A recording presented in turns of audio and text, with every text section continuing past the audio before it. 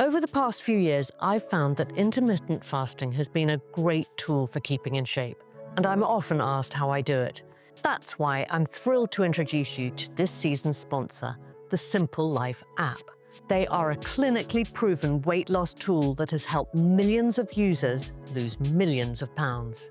Their method doesn't involve restrictive dieting. You simply take the test and Simple will create a personalized fasting and nutrition plan for you to hit your health goals.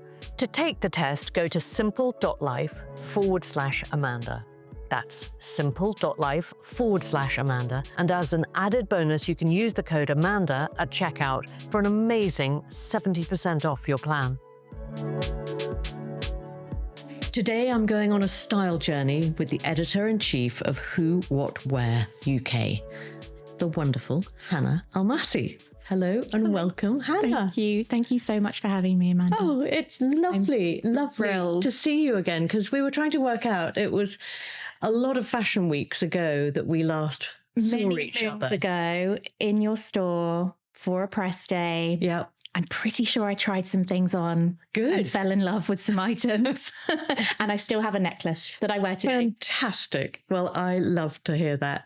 But I think it would be really interesting to start by you describing what Who, What, Where is. Absolutely. So it's a digital first destination for fashion and beauty. It's really like your best friend on the inside. It's always been set out to democratize the industries that we work in, make style accessible. It's very inclusive. It's joyful. It's really just a one-stop shop for people to get inspiration. And whether that they come away with a new influencer that they know, or a product that they'd really like to buy that we've recommended, or a trend that they now know about and feel confident in.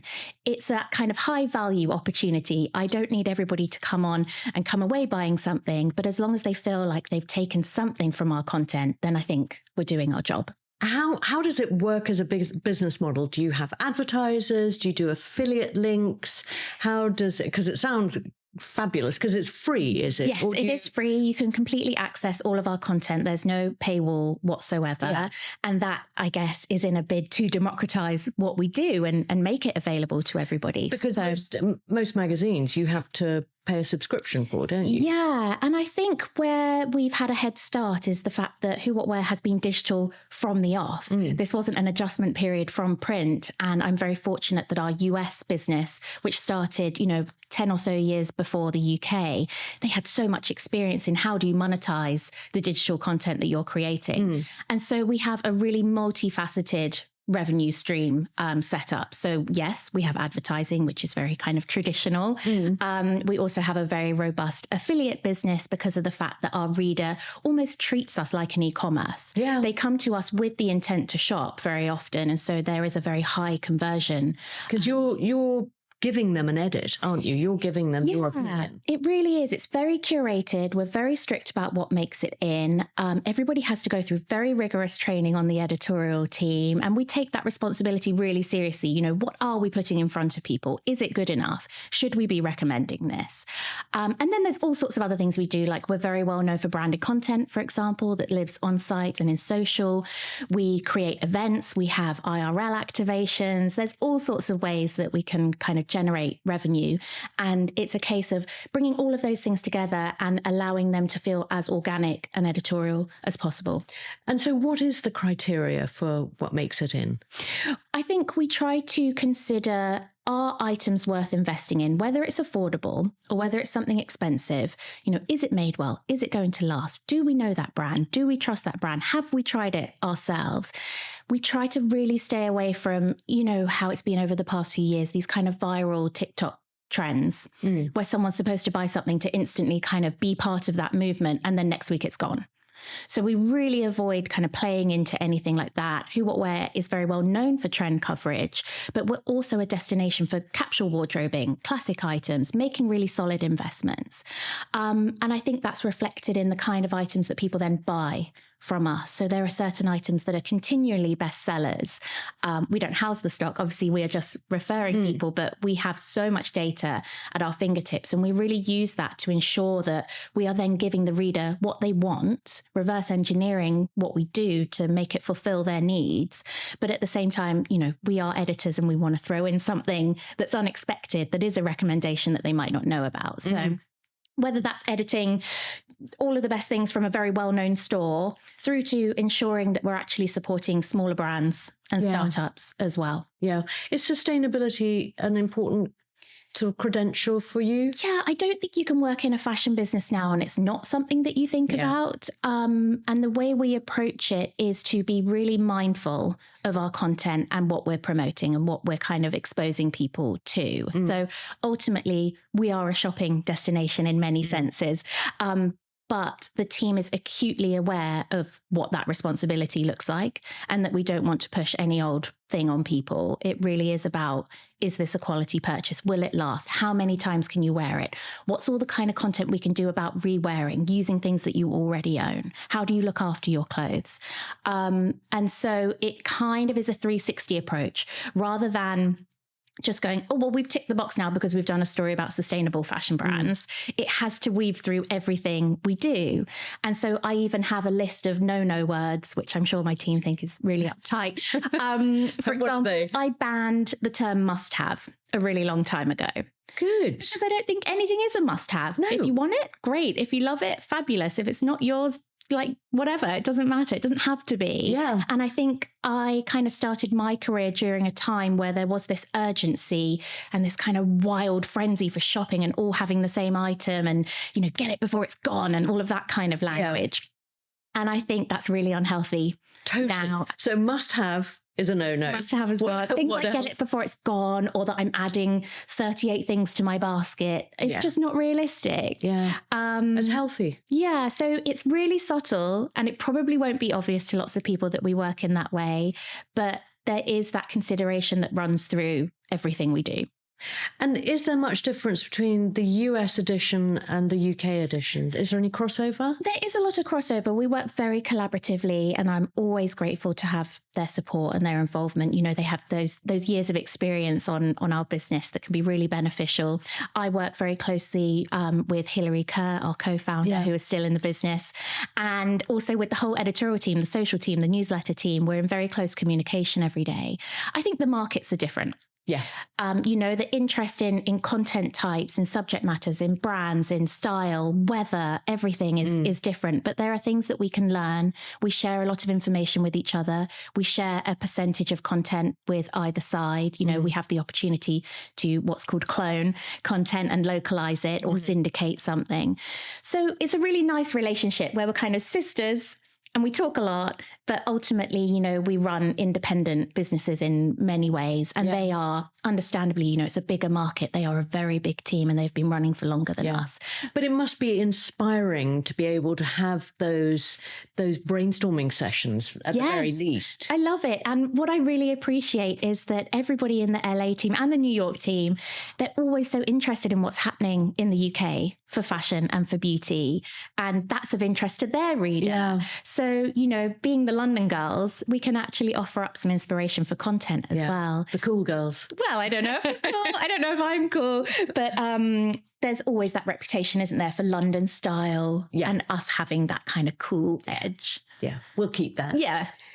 What's the demographic? The demographic. So Who What Wear in the UK, she's that kind of core millennial. She's been with us. Oh, not her.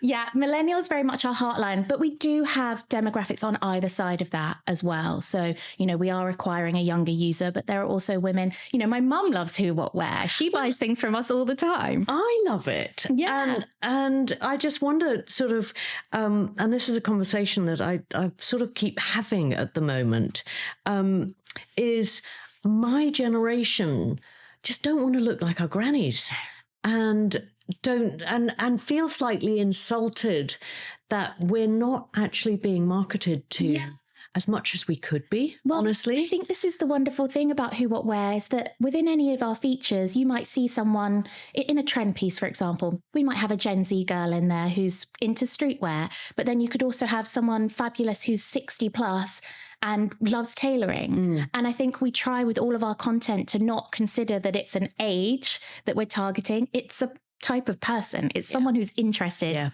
in fashion or beauty, and it kind of doesn't matter. I think the idea of how to wear such and such when you're 50 is quite offensive. It's dated. And I just think that message of it's not about your age, it's about your approach is so important to be hammering home to my age group. I agree. Because that's inspiring. Yeah.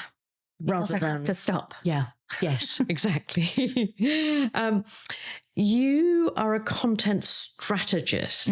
So what is the next thing in the world of content creation do you feel?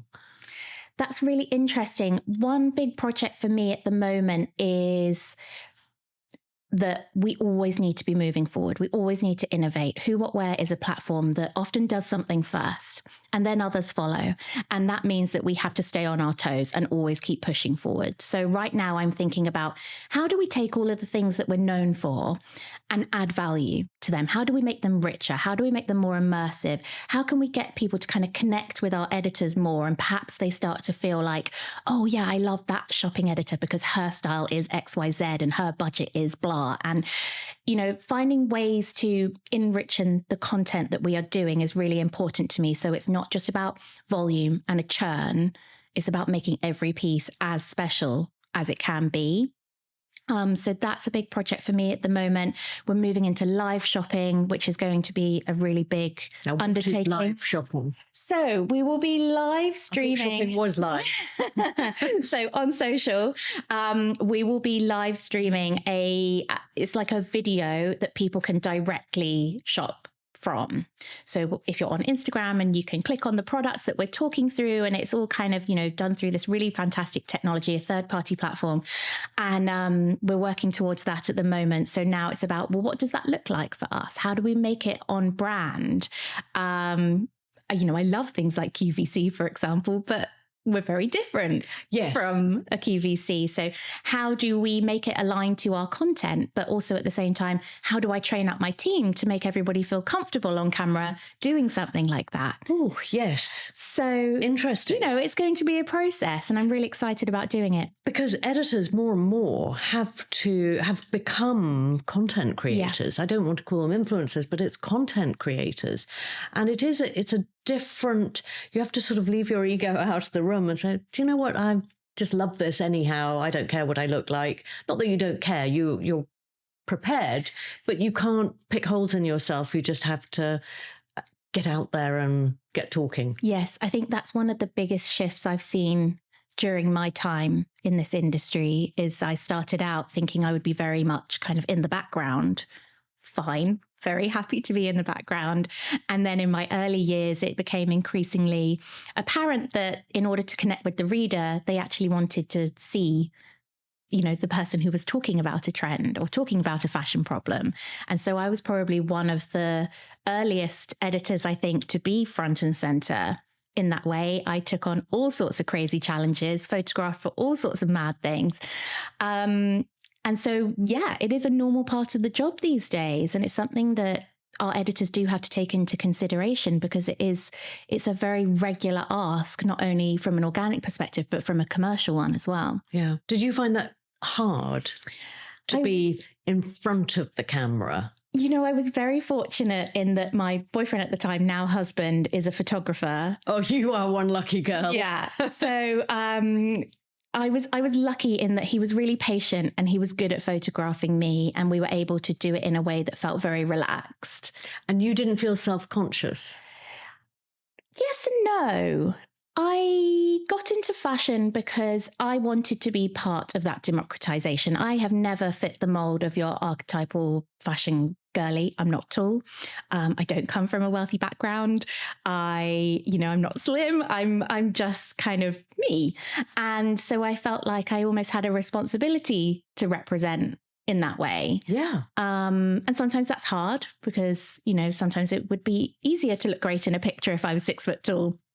Being 5'1", it's definitely more challenging. But actually very inspiring. Yeah, I hope so. For an awful lot of girls who are 5 foot, 5'1", 5'2". Yeah. And so, and everyone else. But that I was doing an interview yesterday with Jo Elvin, who I do my Friday Night Fashion with, and Joe Good, who is all of 5 foot. And, we've had this sort of demand for, can we talk about dressing if you're 5 foot, 5'1", or 5'2"? Yes, it's a crazy popular topic on Who What Wear as well. Whenever we produce something from a petite person's perspective, it really performs very well. There's obviously such a demand. More brands are starting to provide petite ranges, which I think is great. But what was interesting was Joe Good was saying yesterday is, I do not buy petite clothes. She doesn't? No. And just, she was talking about sort of proportions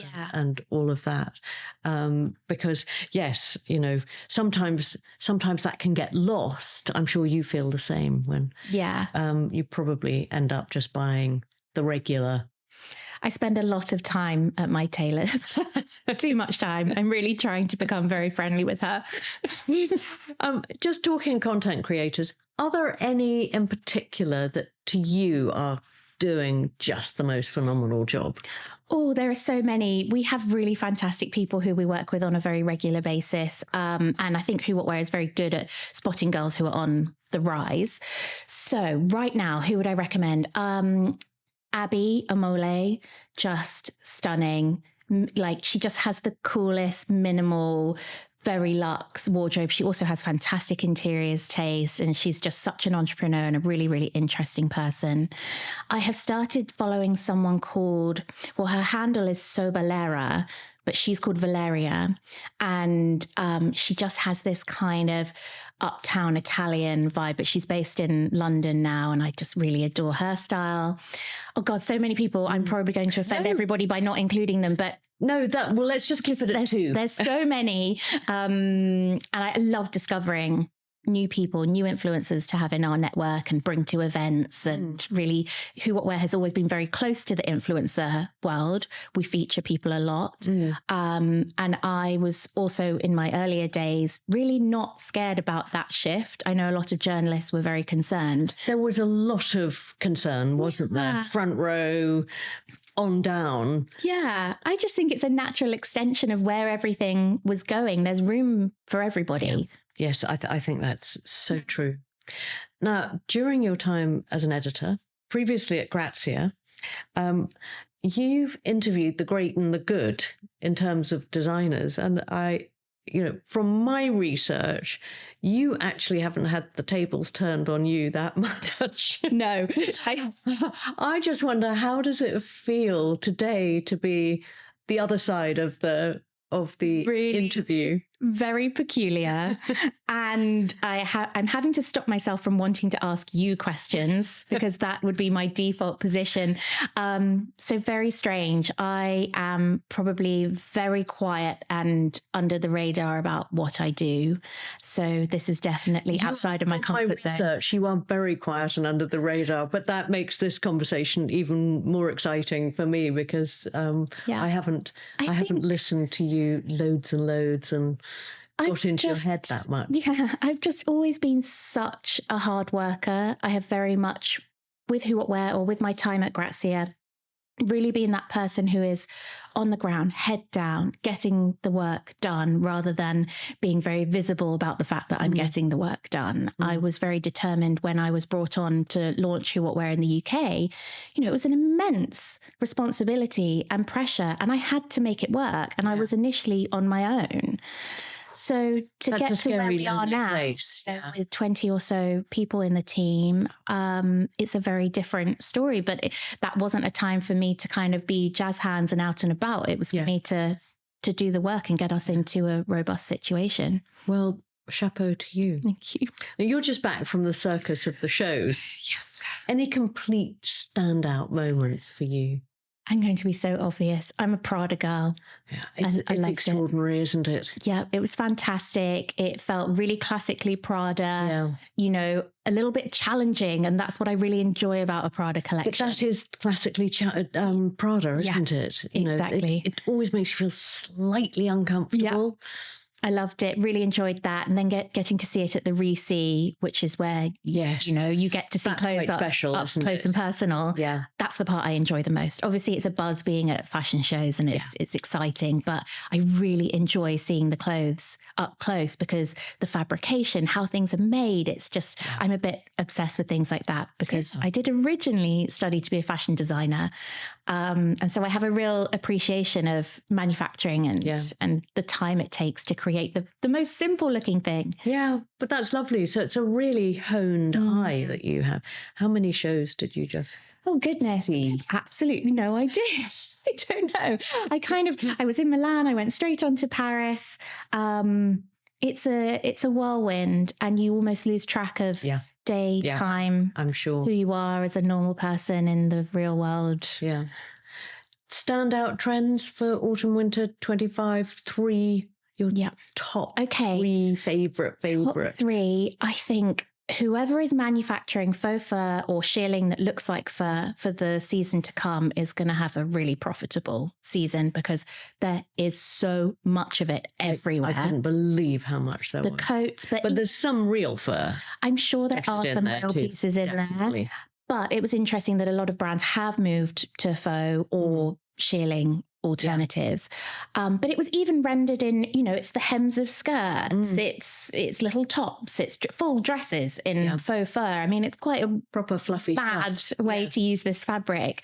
So the big coat, that will be the thing that obviously catches on in the biggest way, but there was definitely some more adventurous takes. I really appreciated this kind of 80s throwback that we're seeing. I didn't think I would be keen on the 80s, but even the Saint Laurent show from last night, that was incredibly kind of, you know, power dressing driven. And I saw that a lot across Paris from, you know, Stella McCartney's tailoring through to, there was a really cute Rochas presentation that was like 1980s party dresses. So it spans the gamut. And then a final trend I saw a lot of, I think there's this move towards a kind of eclectic elegance as a whole. Yeah. So this was something that was very prevalent in Milan and also very reflective of the Milanese women. I love how they put clothes together, but they're always fairly dressed up and yet completely casual and kind of crafty and artsy at the same time. And I think we're moving out of that kind of quiet luxury period and into something that's a little bit more adventurous but still very polished.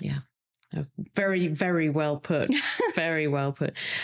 What I'd just love to, you know, as you're so, you know, London centric, I'd love your view on the current state of British fashion.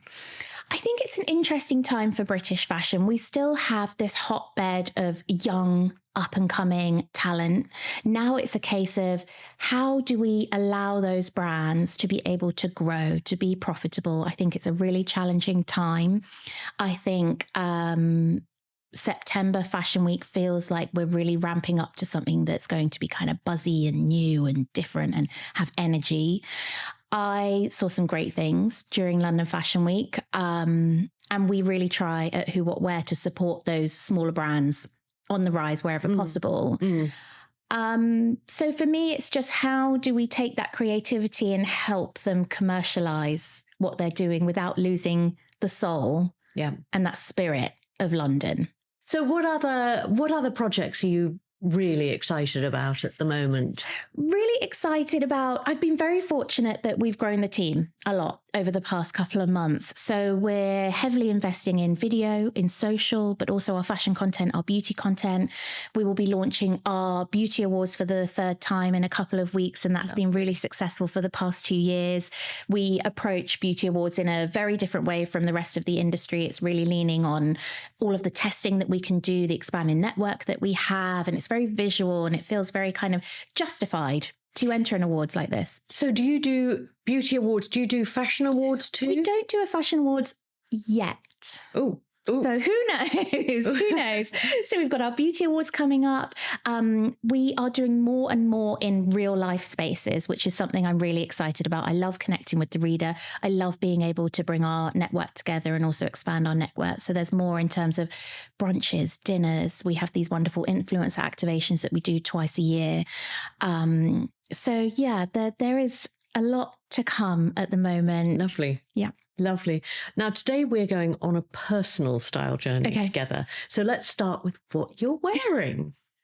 Okay.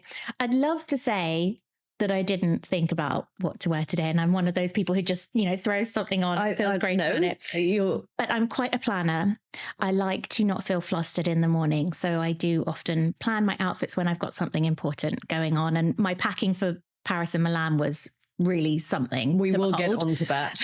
So today I'm wearing a skirt from Prada that I managed to track down in Paris the other week. I thought you were going to say it's Prada. I tried it in Milan. They didn't have my size. I went to Paris. I eventually got it. Yay. I don't treat myself to things like this very often, but it was something that I saw last season, fell in love with, and thought, wow, if I ever get a chance to get one of those skirts, I know it's very me and I'll love it forever. Cherished piece.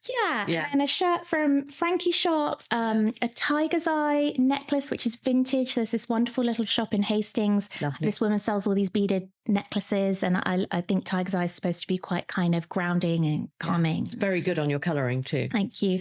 And then some knee-high boots that I won't shut up about. They're from a small brand called Realm. This lovely girl who she got sick of working in fast fashion. She set up her own shoe brand. They're all really beautifully made. There's like 5 styles only. She's been doing phenomenally well. And what sort of price point do you mind asking? They were about, I did buy them when they were on sale. So I think they were about £150 when I bought them. But I think they're more around that 200 mark, which when you consider the prices on the high street at the moment is not dissimilar. Not at all. And I have worn them every day of Fashion Week pretty much. And I've, been doing a lot of steps in these bad boys. Don't you love that? So where did you grow up? I grew up in a little village in East Sussex called Wadhurst. It's near Tunbridge Wells. And not in a particularly kind of high fashion environment. Were you exposed to fashion at all as a child? In some ways, yes. Not insofar as the industry, but my mum and her mum were both really, really into fashion. My mum is still incredibly stylish. They would make their own clothes a lot. She made my clothes a lot when I was a kid. And I was apparently very involved in the process, choosing fabrics and silhouettes and things like that. And I think I was quite fussy as a child about what I would wear. But my mum always had her own unique style, still does. We both actually like a lot of the same things. My nan, even when she was really, really ill towards the end, you would still find her immaculate, earrings on, necklace on, fabulous blouse on. And then on my other side of my family, on my dad's side of my family, he's from Iran. And my Iranian grandmother, she was like a luxury fiend. She didn't speak English, but we shared a language of fashion. Yeah. So, she would spot a designer bag from a mile off and probably try and buy it off someone. And so we would talk a lot about shopping, even though there was such a language barrier. So I was very much surrounded by people who were interested in fashion. No one had worked in fashion. The closest we got was when I was little, my mum actually set up a kids' clothing brand with her friend where they made these reversible dungarees. Fantastic. And so I learned a lot about sewing. Yeah. And then that kind of continued into my teenage years where I would make my own things or adjust things. And then I kind of went down the path of studying fashion design. Were you rebellious at all in your teenage years? I think I was always fairly well behaved, but I can remember getting into trouble in 6th form for wearing certain things to school. So you were not in a uniform then? We were initially, and then in those last 2 years, we were allowed to wear our own clothes. Yeah. And I Can you give me a for instance? It was a time of crop tops and rah-rah skirts. It wasn't a great period in fashion. But I definitely was someone who always wore what I wanted to wear. I didn't really follow the trends. I didn't wear what my friends were wearing. And I was kind of, I guess, probably known at school for being that girl who was interested in fashion. Do you remember a specific light bulb moment of, God, this is making me feel different? Yeah, I think it probably happened really early on, to be honest, in those dresses that my mum would make for me. Or I can remember conversations very early on at secondary school where you would start to bond with people because of what you liked and what you wore, and that it's a conversation starter, which is what I love about clothes. It's a tribe, isn't it? Pay someone a compliment and you don't know where that story's going to lead. Where did they get something from and why did they buy it and what does it mean to them? So yeah, very early on. And I can just remember always being really interested in clothes to the point where I used to edit my own catalogues together from clippings of other it was a time when you bought clothes from catalogues a lot. And print catalogues. Yeah, print catalogues. And I would cut things out of those and edit them together. My mum has still got some of these. So it's like I've been editing since I was about 4 years old. Oh, wow. I love that. Now, do you work from home at all? I do a bit. I do hybrid. And so what's the difference in terms of what you're wearing when you're working from home to when you come into the office? Yeah, I would say the office is they're my best clothes. I probably wouldn't sit at home in the Prada skirt, although that would be fabulous for me. But I still am quite dressed when I work from home. I like to be wearing something that still feels like I'm working. Yes. I will often sit at my desk in heels because I just feel like that's me. I've never been a casual person. It's a real rarity to find me in jeans. And I can recall, 6 years ago when I was pregnant, I hadn't told anybody yet. It was really early days. I actually found out on the first day of London Fashion Week and spent the whole of London Fashion Week being like, oh my God. And then I came into the office afterwards and I wore jeans 2 days in a row. And my deputy editor at the time, she was like, something's wrong with Hannah. I think she's pregnant. And that kind of gave it away. The fact that I was actually casual for once, everybody kind of freaked out. So I'm not very good at that. And I've had to really adjust with being a mum as well. Well, so what is stay at home, chill out Hannah wearing? Okay. Not work from home, but, after a long day. I've really grown accustomed to a tracksuit. Do you remember what you wore for your first day in your job as editor-in-chief? Oh, goodness. So my first day was a wild one because we were having a launch party here and I didn't actually really know that until very close to the date. Great. And I had fortunately just been in LA for another work trip and went to one of my favorite stores, which is called The Way We Wore. I don't know if you've ever been there, run by this fantastic woman called Doris, who is just so knowledgeable and brilliant. And I had bought a vintage 1970s dress from a brand that was quite popular in America at the time called Holly Harp, I think it was. Yeah. Black, slinky, kind of tiered number. Thank goodness I had that because I then had a very fancy party to go to on my first day where I also had to, I was interviewing Alexa Chung that night and it was all kind of a bit of a surprise for me. I wasn't really anticipating that would be my first day.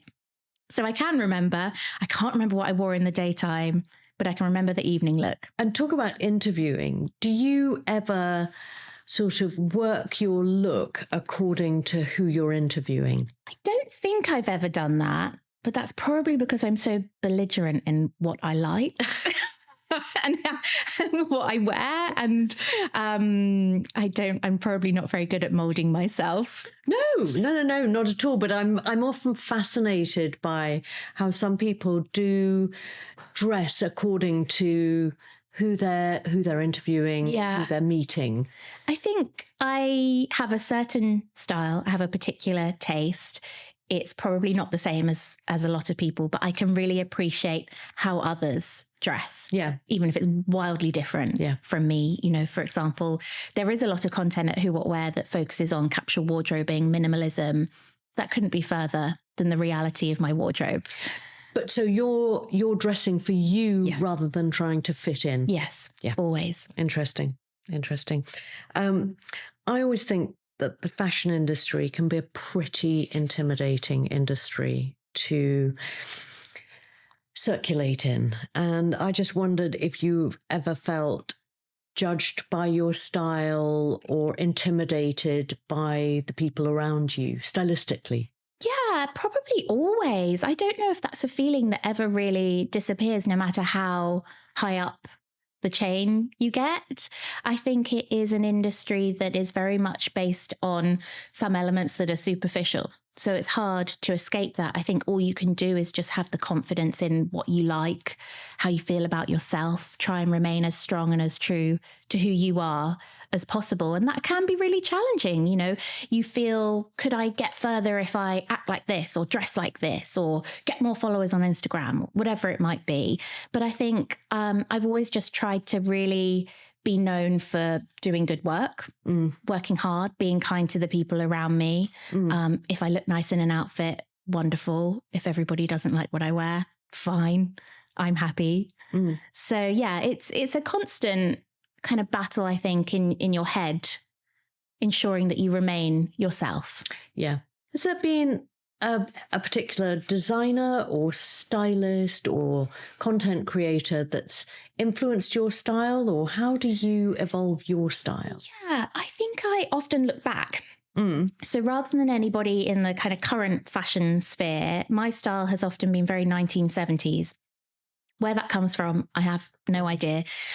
So I look back into the archives. So my references are things like Faye Dunaway's costumes in The Eyes of Laura Mars, one of my favourite films. Her outfits in that are just fantastic. So slick, polished, kind of sexy. So I often will look back at old pictures of Bianca Jagger, for example, and I find more inspiration there than I often do in what's on offer today. Yeah. I mean, you've just come back from show season. How do you approach your dressing for the show season? Because that must be about as intimidating as it gets. Yes. You know, walking into those shows, being seated, surrounded by other important editors. Yes, absolutely. I think I have to remember that I am not there to be celebrated for my style. It's very unlikely that I'm going to get photographed by street style photographers. There is a whole kind of ecosystem that exists with people going to the shows and wearing the brand and being there to be photographed and to be visible. So I walk this line, I guess, between making an effort, because I always do, because I like getting dressed and I like clothes, as well as just being really sensible. What am I here for? I'm here to actually focus on what's going on. I'm going to walk 20,000 steps a day. I'm going to be starting at 9 a.m. and I'm going to be getting back in at 1 a.m. in the morning. So, you know, you need to be comfortable. I try to not panic buy too many things beforehand, because that never really results in a successful purchase. So I was very meticulous in my planning. I had to kind of make about 11 or 12 outfits work, one suitcase. Like I said, I'm not really much of a capsule wardrobe girl. Impressive. So it did require a lot of planning. And I'm very, very organized with it. So, you know, the underwear, the tights, the shoes, the bag, the jewelry, you know, And so do you do a big old try-on before packing your bag? Yeah, I probably do a couple of try-ons. I think you need the first one to kind of get it out of the way. And do you do wardrobe selfies? I do selfies. I bring my mum in. Oh, my mum is like the guiding voice of Hannah. That's not you. Stop trying to not be you. Or, you know, that actually isn't very flattering on you. And I need that from someone. So she is the person that you would most trust. Absolutely. I appreciate when she tells me that something's not working, but also, you know, she's my biggest cheerleader as well. I love that. I mean, during your time in the industry, you must have received some pretty extravagant gifts, because that's just how the industry works. Yes, I think it's calmed down a little bit over the past couple of years. And I've got to a stage where I will politely decline if I feel it's something that I'm not going to get much use out of. Because as you can imagine, you know, how many years have I worked in the industry? 18 years. My house is kind of fit to burst with things that I have, you know, feel very fortunate to have been given, but I actually don't like being wasteful. I don't like having things that I don't use. What What was the most extraordinary gift you've been given? Most extraordinary. I had a very lucky year one year, million years ago now, where I was given 2 different Celine handbags, not from Celine directly. It was through other businesses. I couldn't believe my luck, to be quite honest. And did you love them? Yes, I loved them. And I still own them. I still own one. One I gave to someone, and I don't use it that much because I almost want to protect it. Like, I don't want to destroy it. And they held a very special place for me. But sometimes the most exciting purchases, the most exciting things you can own are the things that you're able to purchase yourself. So whilst it's really lovely to be given something, I would almost much rather work towards being able to treat myself to something special. Yeah, absolutely. Would you say that you've ever used clothes as your armour? Probably all the time. I think clothes are undeniably there for a reason if you're interested in them. You know, why you wear what you wear is really significant in your day. And so, yes, I wouldn't probably feel like myself turning up to work in something that didn't reflect me in my most, I guess, powerful state. Yes. And on that note, what do you reach for when you really need full-on power? Yeah, red. Anything red. Big fan of red. I do like to wear it in those moments where I feel like you need to project power. So anything red. I love tailoring, something that fits really beautifully. And brand? I'm not too much of a brand loyalist, if I'm completely honest. I do have a couple of brands that I probably own multiple things from. If I had all the money in the world, it would be Prada. I'm not there. So there are some brands that I go back to over and over again, particularly for dresses. So I have a lot from the Rixo girls, who I have known from the start. I think I was one of the first people that they came and showed their few prototypes. They've done a brilliant job. They are phenomenal. You know, they started all of that on their kitchen table and have just grown into such an influential brand. It does start. Yeah. And I also own quite a lot of dresses from Ghost. Those are 2 brands that I feel like I've got quite a lot of.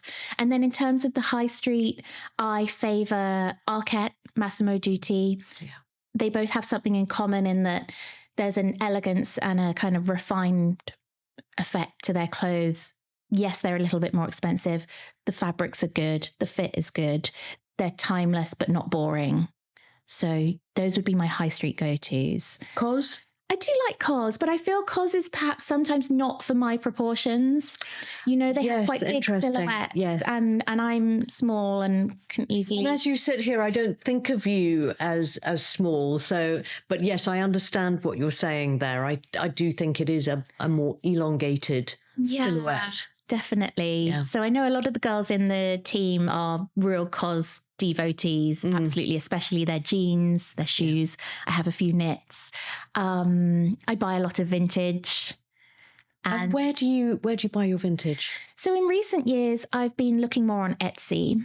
Yeah. Because of the fact that when I lived in East London, you know, that's how my weekends were spent. In my 20s, I'd go down to Brick Lane with my friends and we'd go to every vintage store. And that market is unbelievable. Yeah, I can spend hours there. And I found some real gems that I wish I could still fit into now.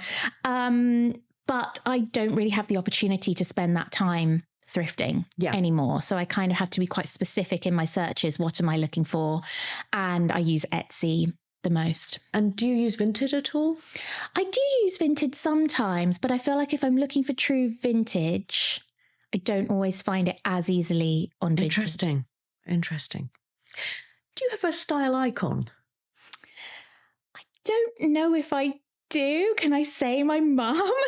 I think that's lovely. Yeah, I would say she has always just blazed her own trail. She wears what she likes, what she feels good in. She's even smaller than me. We both moan a lot about not being taller and how much easier life would be if we were taller. But I've always really appreciated that she has her own way with clothes. And so, yes, no one else who I really look to be honest. How would she describe your style DNA in 3 words? I have absolutely no idea. She'd probably say that I'm individual. I think. And I would hope that people would perhaps describe my style as not too serious. Mm. I think I like to have fun with clothes. If something's got a loud pattern or some sort of bonkers detail on it, I'm probably into it. So a bit playful. Yeah, definitely playful. One more. I've been told before, I don't know if I believe this about myself, but I was told by an actress on a cover shoot before that I'm very elegant. I have no idea if I would see myself that way, but it was probably one of the nicest compliments I've ever received. I'll take that. Yeah. I think we'll just print that. Yeah. I couldn't believe that she actually said it. It really took me by surprise, and it was just lovely. You know, people don't hand out compliments like that very readily. I'm a big believer in we should hand out more. I agree. You know, why not? We should be lifting each other up. We really should be. Would you say your style has changed a lot through the decades? Yes, I think it Not has. been that many decades, admittedly. There's been enough. In my 20s, I was very experimental, very vintage heavy. I would wear some quite daring 1970s things. And I think as I've grown, probably my style has become a little bit safer, not quite as daring. And, you know, that's probably out of practicality, if nothing else. I just have less time to think about what I'm wearing. Do you feel you've really nailed your style DNA now? I have no idea. I'm sure I make some huge errors a lot of the time, but I feel like I don't go buying things that aren't right for me anymore. Would you say you've had a worst fashion moment? I'm sure there's been heaps, but I any think, sort of stand out that you think, oh. One that was particularly embarrassing, this was a long time ago. I must have been a junior editor or something like that. And I can remember buying this quite conceptual Acne Studios dress on sale. I always used to hop into, I don't know if you remember Start Boutique that was in East London. Yes. Yes. It was such a little hotspot. And I can remember, it was very cool, but it was kind of very delicate, intricately sewn together pieces of chiffon. And I wore it into work one day. I was on the tube, hopped off at Tottenham Court Road. This lovely girl came up to me, tapped me on the shoulder, and she said, I think there's something wrong with your dress. And I think I was a bit kind of eye-rolly and like, she just doesn't understand. It's Acne Studios. I was a real idiot. And then she was like, no, seriously. And I kind of looked behind me and one of the chiffon panels had completely come undone. So my bum and my knickers out on the tube platform. So that was definitely a rescue mission that needed to happen. So that was probably one of my most embarrassing. But good girl. I know, how lovely. How lovely. And can we just talk about beauty, sort of hair, nails, makeup? Yes. What's your approach to all I am useless at beauty. I have had my makeup done today.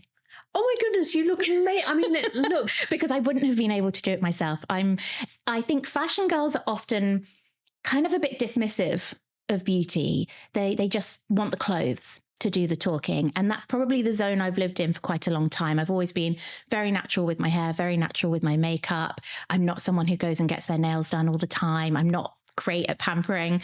But I have, since we incorporated beauty onto the site a few years ago, I have become much better versed in brands, treatments, what's worth trying, what's not. We get to test a lot of products in the office.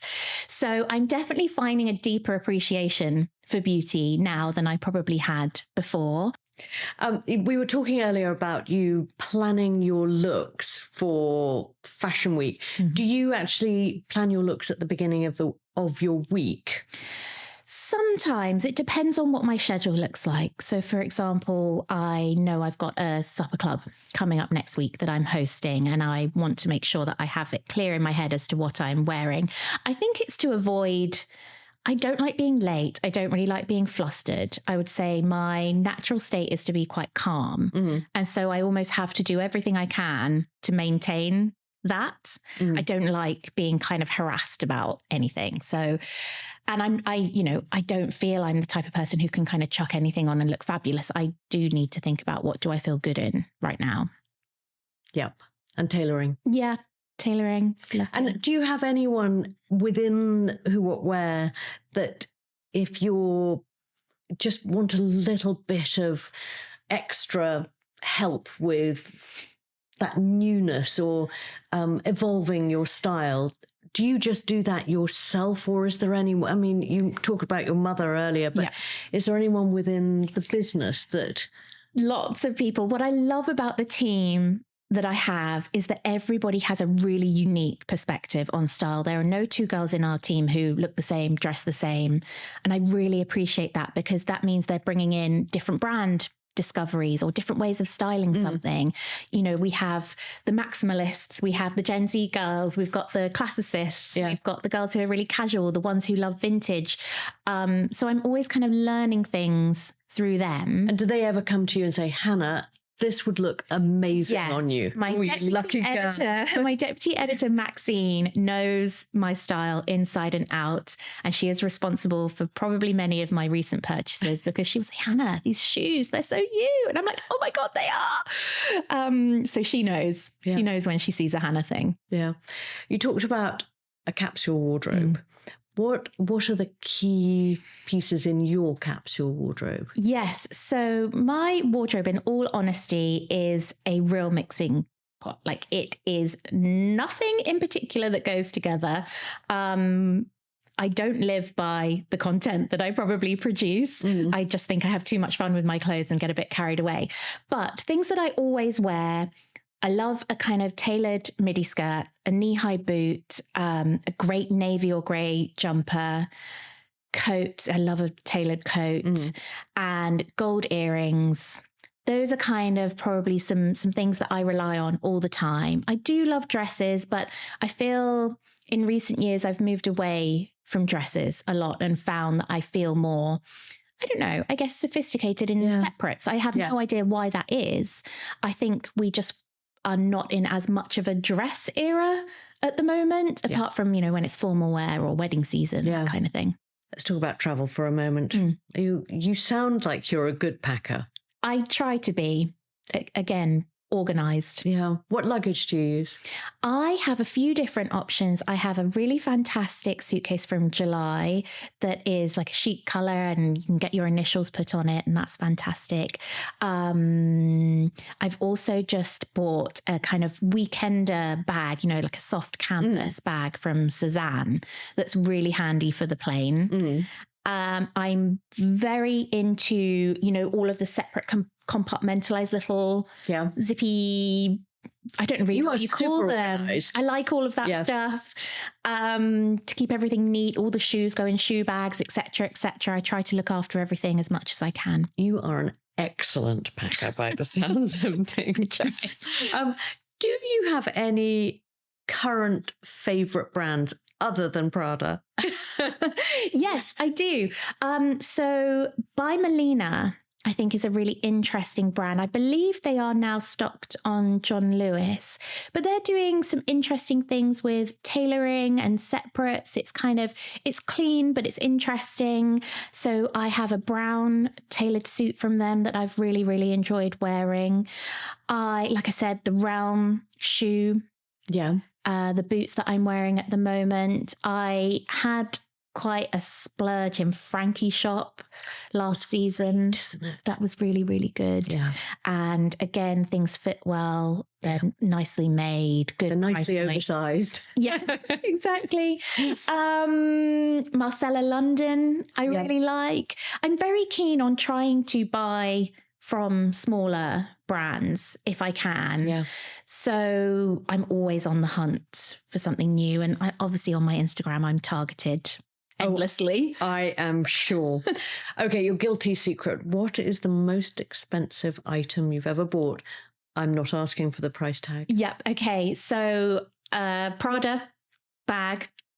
I bought that when I was in Milan one season. I was in the original Prada store, which is in the Duomo. It's stunning. Fabulous, that, isn't it? It's such a fabulous store. And, you know, the staff are so lovely, and you get your little glass of champagne. And before you know it, you've bought a bag that fits. Did you go in there on a mission to buy that bag? No, I didn't. It's a pointless bag that carries nothing. I have to sell it because literally all I can fit in there is, you know, a credit card and at best a lip balm. But what a joyous memory. It was beautiful. It's a lovely little red, shiny shoulder bag. It wasn't one of the obvious styles or the it kind of bag of the season. I always worry about buying it items because I think they can fade. Then they become not it. Yes, exactly. So I try to pick the alternative to the it. And I love it. And she's beautiful, but she's useless. Sounds like she needs to be on the mantelpiece. Yeah, probably. What's your approach to sustainable fashion?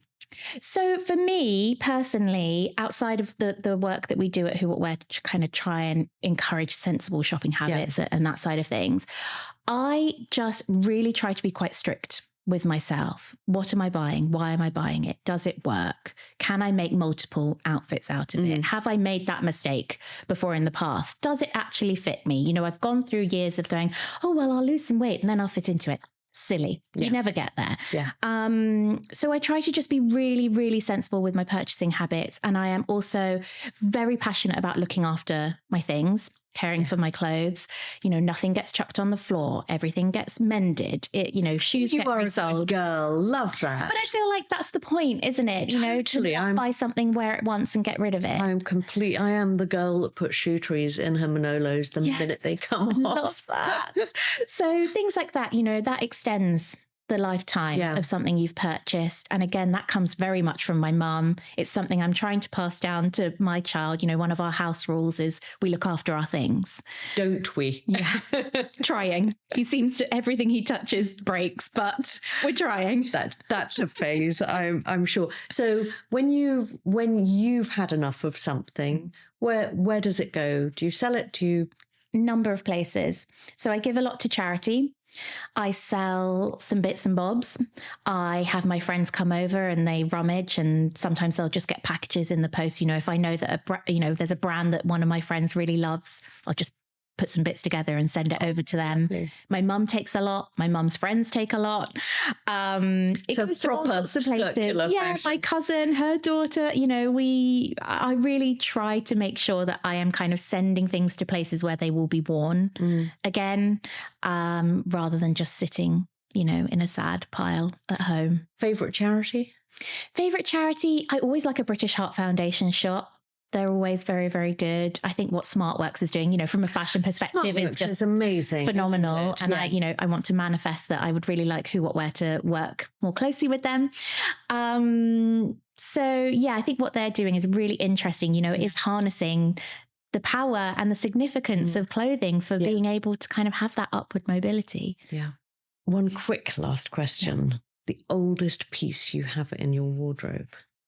Ooh. No, that could be vintage or I think just something that's very sentimental to you. I do have a fantastic Hardy Amy's, if that's how, I'm not sure if that's even how you pronounce it. Yeah, Hardy Amy's velvet kind of ball gown skirt with these incredible purple pansies on it. It was very reminiscent of, I don't know if you remember that Christopher Kane collection with the pansies. And I think I bought it at that time because I thought, wow, like what a parallel.